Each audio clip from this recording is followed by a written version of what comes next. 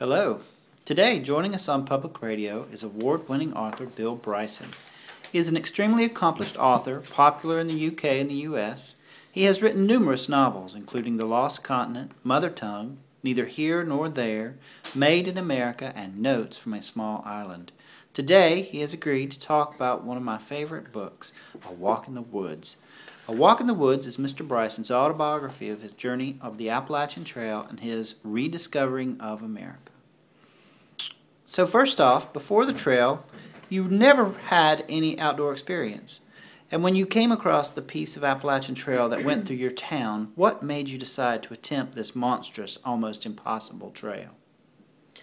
I really didn't have any outdoor experience, and I don't really have an outdoor straight answer. My family and we just moved recently to this little town, and a piece of the largest hiking trail comes through where I live, practically in my backyard. I was a little starstruck, you could say. I just kind of felt a pull to it. It was in my backyard, and I felt it would be an injustice if I didn't attempt something. I felt it as someone owed it to our sleepy little town, and then I guess I thought I was the man for the job. Nice. Well, after your incredible journey, how did you come about this writing this novel? Was it something you planned? Did you have this idea when you first started on the trail, or did you come up with the idea later on? I don't think that anyone does anything just to get a novel out of it. That would make a poor author, especially me. If my only motivation for attempting the trail was that I was going to write a book about it someday, then I would have felt quite agitated with myself. I did, however, have a small little pocket journal with me that I would jot down the day's events or any other little details that I wanted to remember. A Walk in the Woods was published in '98, and so I guess I began the process a year or two earlier. I wanted to write about it. It was a low-key way of reliving that time without strapping on a 50-pound pack again. Nice. Have you reread your book since you've written it? Has Katz read A Walk in the Woods? I get that question a lot, actually, and no, I have not reread it. I think that I would be too caught up in the mistakes I made and regretting not putting this or adding that when I originally wrote it. It would be too difficult to truly enjoy what I've written. Katz, he did read it. After about 2 days, it was in the shops and bookstores. He called me on the telly and precisely said, "Bryson, what kind of bull is this? What do you mean?" He was huffing and puffing behind me as I was hauling your skinny old self up the mountains. After he was finished with his fault finding, he begrudgingly admitted it was a decent novel. So, a film has been made about A Walk in the Woods. Was this your idea, or did the producer come to you with the idea? No, it was actually the producer's idea. I was a little floored at first. I had no idea that my book had made that kind of impact. It was really surprising and completely unexpected. Do you feel as if the movie adaptation accurately portrayed your novel? Oh, I think it was brilliant. I saw it in theaters, and having and seeing Robert Redford play me it was just such an honor. I got to meet him and talk to him, and he is one of the most genius guys I've ever met. And of course, Nick Holt as Katz was absolute perfection. I couldn't have cast it better myself. Their interaction together was so similar to how me and Katz interacted on the trail. It was just wonderfully done. However, for whatever reason, they did change my wife's name, which, in the long run, really wasn't too worried about that. How were you able to come up with different passages in the novel? Walking a trail really isn't the most exciting thing. How did you keep that interesting throughout the book? Well, walking really isn't the most exhilarating thing you could do, but there were other things on the trail and other people. I wasn't really ever in a rush.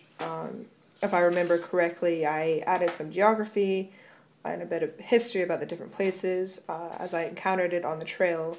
And I personally think that added a lot to the book. Most people don't know about the AT Trail and what is included in it. All I know is that it's just one monstrous thing, but they don't really know how beautiful it is or how challenging or how ambiguous the weather can be.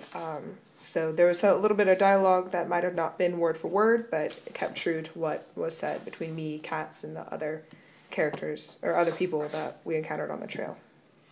Is all of the book original, or did you have to ad-lib any of the facts? No, the book was all authentic. That is my personal goal. For me, whenever I write a book, I want it to be true to my experiences and true to what other people might say. There was one part in the book that I wrote about. It had bears in our campsite, and I was completely terrified. I think it was probably the scariest I've ever been in my life. Another part was that Cats and I did get separated on the trail, and I did have to go back and find him. No, I wrote this novel with the idea of it being a personal memoir for me. It was important to keep everything authentic. I didn't want to fill it with a bunch of fluff. It needed the good and the bad. Nice. Did you write any of the novel on the trail, or were you able to recall everything as you were writing it? As I mentioned earlier, I had a little notebook that I was able to keep handy, but it was a small of a size picture, so I couldn't put that much in it. But I was able to recall everything for the most part. Being my age, I had to make a few calls to Cats here and there, and if we're being completely honest, I don't know if Cats was fluffing up his versions or not. He's always one for theatrics. Well, how did your wife feel about the trip? There's a little mention of it in the book, and she didn't sound too pleased at first. Can you tell us a little bit of how she felt about you traipsing off into the woods? No, she was not at all too pleased when I first told her about the idea. She thought I was completely mad and off my rocker. She didn't think it would work. She thought I wasn't in shape. If we're being completely honest, I probably wasn't. She didn't really understand why I wanted to do it, but I think after a while and after she saw all the equipment piling up in our basement, she accepted it and understood that I really wanted to do this, and her main concern was my safety, and I assured her it was going to be okay, but she still thinks I'm an idiot for ever attempting it. How did this experience, the whole thing, the book, the journal, the hiking trail, change you?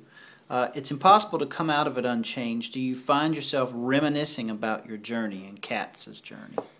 I do think I have changed a little bit. You're right. It's that this experience in itself, it is supposed to change you. In the woods, even though I was with another person and there were other people on the trail, you're very secluded. It's usually your thoughts and your feet on the trail. And Katz and I didn't really talk a lot while we were hiking, and we exchanged very little when we stopped for the day.